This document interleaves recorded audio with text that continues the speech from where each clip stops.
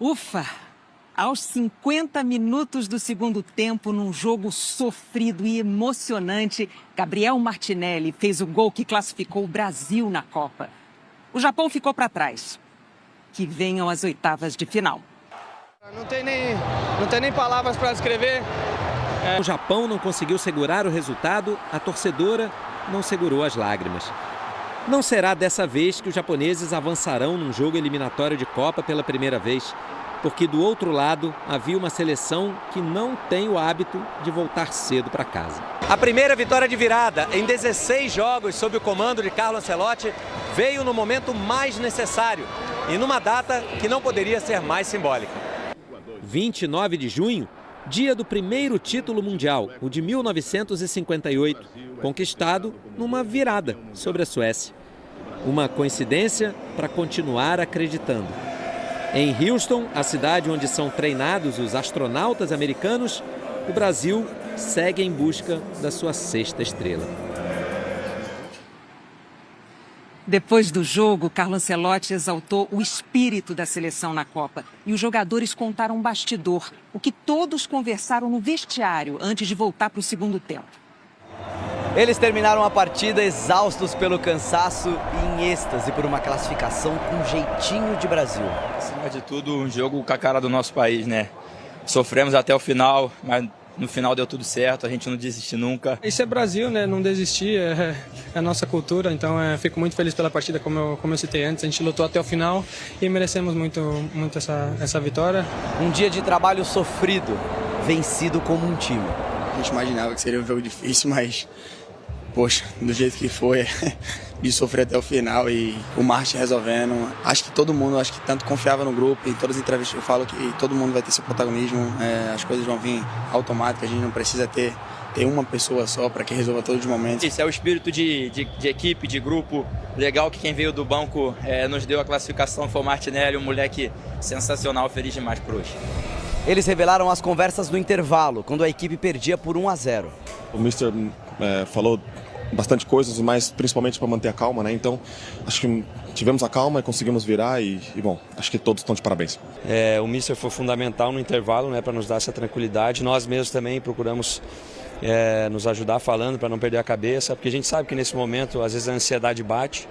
Vencer dessa maneira nos ajuda a crescer, que também é o que a gente vem buscando, né? Crescer durante a competição. Ovviamente l'aspetto psicologico è importante e il sofrimento è normale, non è nada novo, soprattutto no futebol moderno. Sofrimento é normal, como é normal o alívio.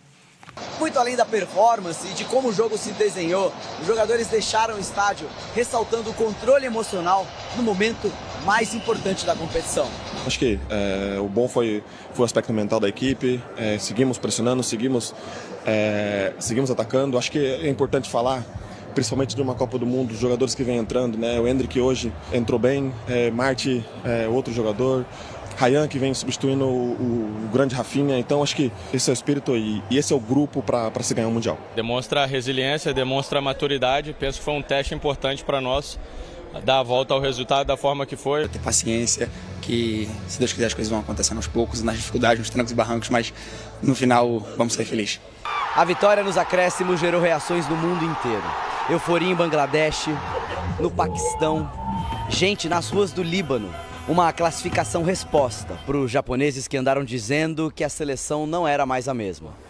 Tem que ter bastante respeito para falar da gente, né? O que a gente representa muito maior do que nós. As minhas palavras para ele foram respeita isso aqui, porque fomos penta, temos 5 e agora eu acho que você sabe quem nós somos.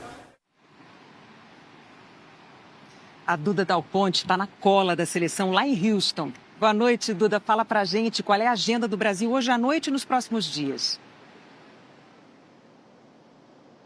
Oi, Renata, muito boa noite para você, boa noite a todos. Nesse momento, a gente está nos arredores aqui do estádio de Houston, tudo muito tranquilo por aqui, os torcedores já foram embora, os jogadores também. O ônibus da seleção brasileira deixou o estádio por volta de 7 da noite, no horário de Brasília, e foi direto para o aeroporto. É que daqui a pouquinho, às 9 da noite, o avião decola rumo a Nova Jersey, que é a base da seleção brasileira nessa Copa do Mundo e também o palco das oitavas de final.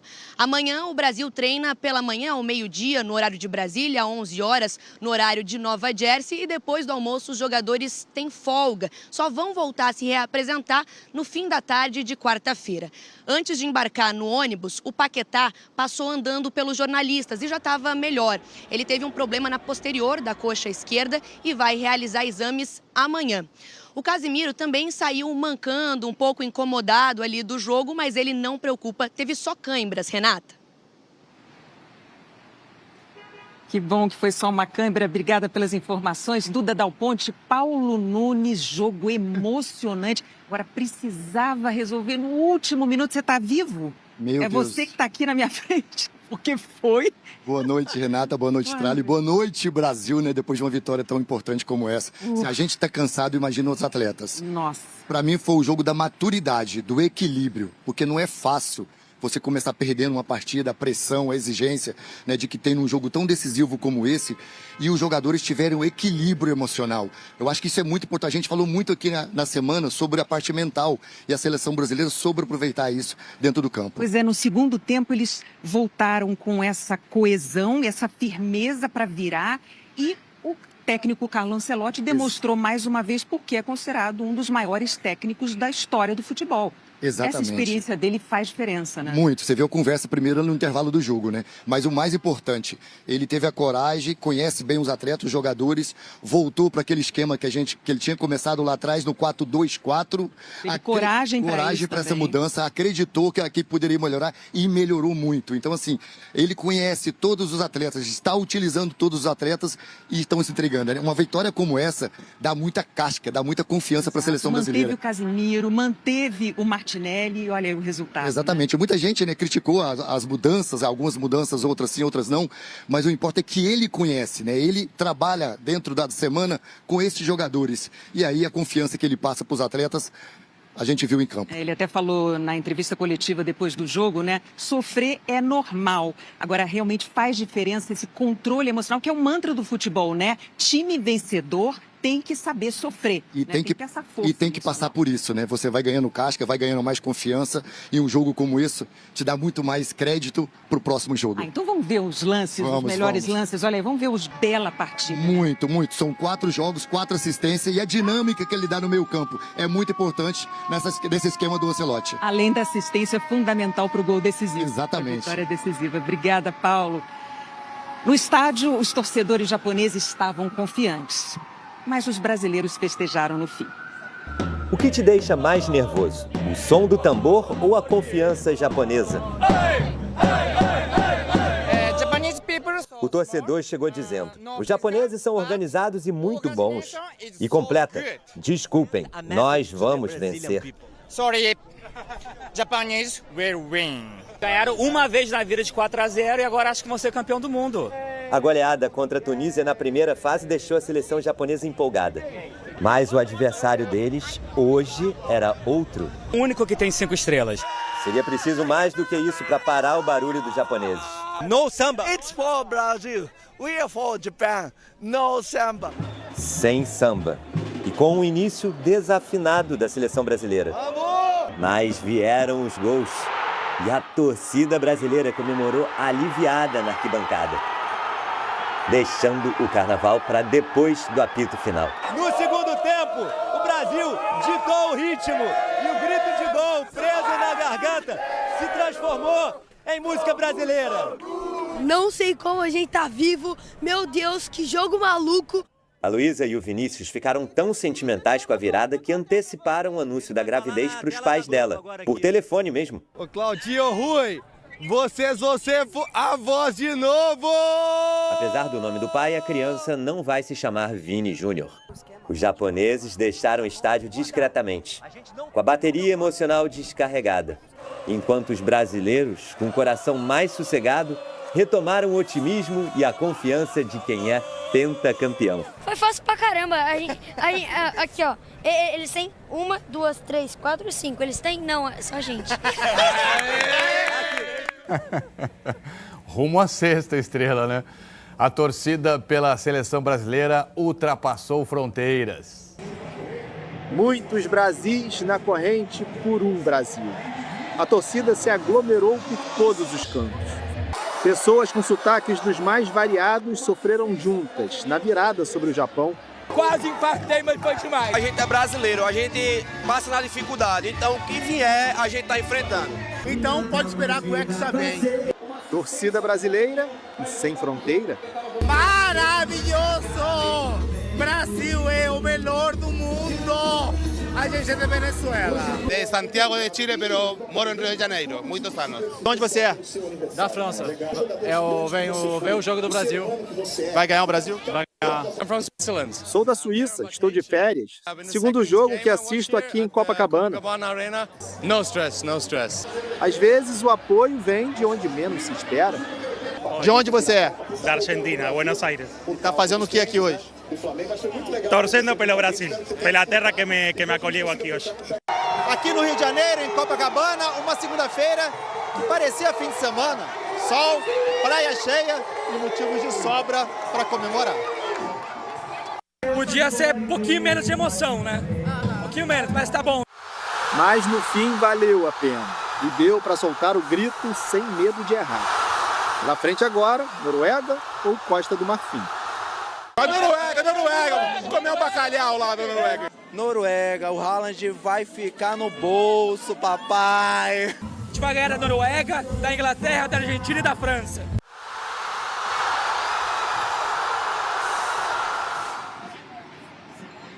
Daqui a pouco eu volto com a classificação do Paraguai sobre a Alemanha nos pênaltis. E a seguir, as decisões da Suprema Corte sobre o governo Trump e o terremoto na Venezuela. O número de mortos na Venezuela chegou a 1.719. Equipes de resgate continuam em busca de sobreviventes dos terremotos. Foram mais de 4 dias soterrado nos escombros, 106 horas. O resgate terminou nessa madrugada, com uma salva de palmas para celebrar mais um sobrevivente.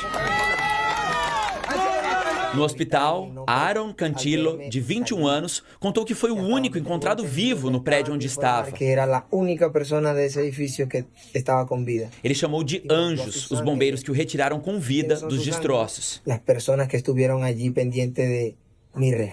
27 países como Brasil, Estados Unidos, China, Alemanha e Suíça mandaram algum tipo de ajuda para os venezuelanos, incluindo mais de 500 toneladas de suprimentos. 2.700 socorristas estrangeiros ajudam nas buscas. Esses cães farejadores, cedidos pelo Reino Unido, vasculham os escombros. São 86 equipes como essa. Os esforços de resgate têm se concentrado no estado de La Guaira, no norte da Venezuela, a área mais destruída. Do alto dá para ver prédios reduzidos a montes de terra e escombros. E os que ficaram de pé estão inabitáveis. Pesquisadores americanos da NASA, a agência espacial aqui dos Estados Unidos, analisaram imagens de satélite da Venezuela. Eles calcularam que 58 mil construções foram destruídas ou danificadas. Centenas de desabrigados foram levados para esse campo de golfe. Eles dormem em barracas improvisadas. Algumas sem colchão, apenas com papelão sobre o gramado. Hoje de manhã, outro susto. Um tremor de magnitude 4,6 atingiu a capital, Caracas. Os socorristas tiveram que interromper as buscas e correr para buscar abrigo. Autoridades já registraram mais de 600 tremores secundários na Venezuela desde os terremotos de quarta-feira passada. Pelo menos 45 mil pessoas ainda estão desaparecidas, segundo uma plataforma online criada e atualizada pela própria população. A ONU estima que o número de mortos vai subir nos próximos dias. Hoje, o coordenador das Nações Unidas na Venezuela diz que a organização comprou 10 mil sacos para os corpos de vítimas. Esse adolescente procura pela mãe e o irmão mais novo por conta própria, usando apenas uma pá. Ele não desiste e afirma: seguimos em frente. Nos Estados Unidos, a Suprema Corte anunciou uma série de decisões sobre o alcance do poder do presidente. O governo Trump teve 2 derrotas e 1 vitória hoje na Suprema Corte. A Corte rejeitou a tentativa do presidente de mudar a contagem de votos nos Estados Unidos. Nas eleições americanas, quase todos os estados permitem o voto pelo correio. O governo Trump queria impedir a contagem dos votos que chegassem por correspondência depois do dia da eleição. A corte concluiu que, segundo a Constituição, a autoridade sobre as eleições cabe ao poder legislativo de cada estado e, em última instância, ao Congresso. Há anos, Trump tem travado uma luta contra o voto por correio, alegando, sem provas, ser responsável por fraudes generalizadas. Os eleitores da oposição democrata são os que mais votam dessa forma. Os juízes também rejeitaram a ação de Trump contra uma das diretoras do Banco Central americano. Enquanto pressionava o Fed a reduzir a taxa de juros, Trump tentou demitir Lisa Cook por fraude hipotecária. Os juízes decidiram que os diretores do Fed não podem ser demitidos arbitrariamente e que Cook não pode ser retirada do cargo sem a chance de se defender de alegações ainda não comprovadas. Basicamente, a Suprema Corte falou que a independência do Banco Central americano ela é consistente com a história constitucional americana, que o Banco Central, os membros do Banco Central americano teriam que gozar de uma certa independência política. Mas em outra decisão, a Suprema Corte ampliou os poderes de Donald Trump, reverteu uma jurisprudência de quase 100 anos e transferiu do Congresso para o presidente a autoridade de demitir funcionários de mais de 20 agências reguladoras independentes. A origem desse processo foi a demissão por Trump de uma integrante da Comissão Federal de Comércio, que regula, por exemplo, fusões entre empresas. A ideia por trás de você ter agências independentes, realmente de ter uma separação política, né? Ter uma separação da expertise, da corpo técnico burocrático de líderes políticos eleitorais. Isso, a decisão de hoje realmente coloca isso por terra. Aqui no Brasil, a polícia indiciou por 6 crimes Sivonildo Amâncio de Araújo, que em maio empurrou a ex-mulher de um penhasco na Grande Belo Horizonte. Ana Cláudia Rodrigues sobreviveu e passou mais de um dia agarrada à vegetação. Silvanildo está preso. Veja a seguir, a chuva no Nordeste e mais Copa do Mundo com Renata Vasconcelos, diretamente dos Estados Unidos. A chuva deixou mais de 3.000 pessoas fora de casa em Pernambuco e na Paraíba. As canoas servem para tirar o que ainda resta nas casas e até para guardar roupa. A segunda-feira foi de reconstrução, mais uma vez. Na Paraíba, em Santa Rita, a água chegou à altura do pescoço. Os bombeiros precisaram de botes para fazer resgates. Na zona da mata pernambucana, foi desafiador transitar por tantas ruas alagadas. Mais de 3.000 pessoas precisaram sair de casa em Pernambuco nesse fim de semana. 523 estão em abrigos. A água do rio Capibaribe-Mirim arrastou uma casa em Macaparana. Em Goiânia, um registro comovente. Um rebanho ficou ilhado. Só hoje cedo o rio começou a baixar. Alívio, pelo menos, em relação ao que aconteceu no fim de semana, quando a água subiu tanto que chegou ao ponto de cobrir qualquer um de nós. Aí o rio recuou, mas ainda não completamente. A trabalheira por aqui parece que não tem fim. Adriana mandou as crianças para a casa de parentes e sofre por não saber como vai fazer para limpar o que restou. O que deram foi um saquinho de sabão em pó, um detergente, uma garrafinha de água sanitária. Então você não tem nem com o que limpar? Eu não, nem quero limpar, porque dinheiro não tem. Linalva esperava um dia de festa, queria homenagear São Pedro, como é tradição no Nordeste. Priorizou cozinhar, ainda que tenha perdido o fogão. Terminei de lavar a carne, tirar a lama, aí me sentei aqui, vou comer uma carninha, para ficar fortezinha, né? Temporais também provocaram destruição em 24 cidades do Rio Grande do Sul. Em Coronel Bicaco, moradores precisaram ser resgatados. A correnteza do rio Guarita arrastou uma balsa por cerca de 60 quilômetros. No Paraná, um vendaval destruiu casas em reserva. Em Cascavel e Toledo, o granizo danificou telhados. E a previsão é preocupante. É de mais temporal na região sul. Eliana, boa noite. Os detalhes, por favor. Boa noite, Trali, e boa noite para você. Amanhã tem previsão de temporal no sul do Paraná, em Santa Catarina e no norte do Rio Grande do Sul. E a Defesa Civil Gaúcha alerta para muita chuva na quarta-feira, até 130 milímetros, com risco de transbordamento de rios, ventos fortes e granizo no norte do estado. Chove menos em Porto Alegre, Florianópolis e Curitiba, mínimas de 9 a 14 graus, máximas de 15 a 22. Dia gelado na fronteira com o Uruguai, pode ter geada. O sol predomina na grande área amarela. Em Pernambuco e na Paraíba, a chuva enfraquece. As temperaturas chegam aos 28 graus em João Pessoa, no Recife, em Vitória e Campo Grande. 27 em São Paulo e BH, 30 no Rio. Nessas capitais, manhã fria e nevoeiro. Em Cuiabá, Belém, Teresina, Palmas e Porto Velho, acima dos 30 graus. Para encerrar, um aviso para São Paulo e para o Rio de Janeiro. Tardes quentes até quinta-feira. Na sexta, novo frio intenso. Queda de 11 e de 10 graus com chuva, Trali. Obrigado, Eliana. Boa noite. Amanhã, último dia de junho. Boa noite e até amanhã. O Boi Caprichoso conquistou o 27º título do Festival de Parintins, no Amazonas. Nas 3 noites de apresentações, o Caprichoso lembrou a resistência dos povos originários e exaltou Parintins. Desta vez, o vice-campeonato ficou com o boi garantido. O festival ganhou força a partir da década de 1960, quando os 2 grupos se juntaram para arrecadar fundos para a construção de uma igreja. João Fonseca estreou com vitória em um Wimbledon, um dos torneios mais tradicionais do circuito mundial de tênis. O brasileiro venceu o espanhol Roberto Bautista Agut por 3-0. Agora, na segunda, João vai enfrentar o australiano Rinky Rijeka e o holandês Jasper de Jong. A seguir,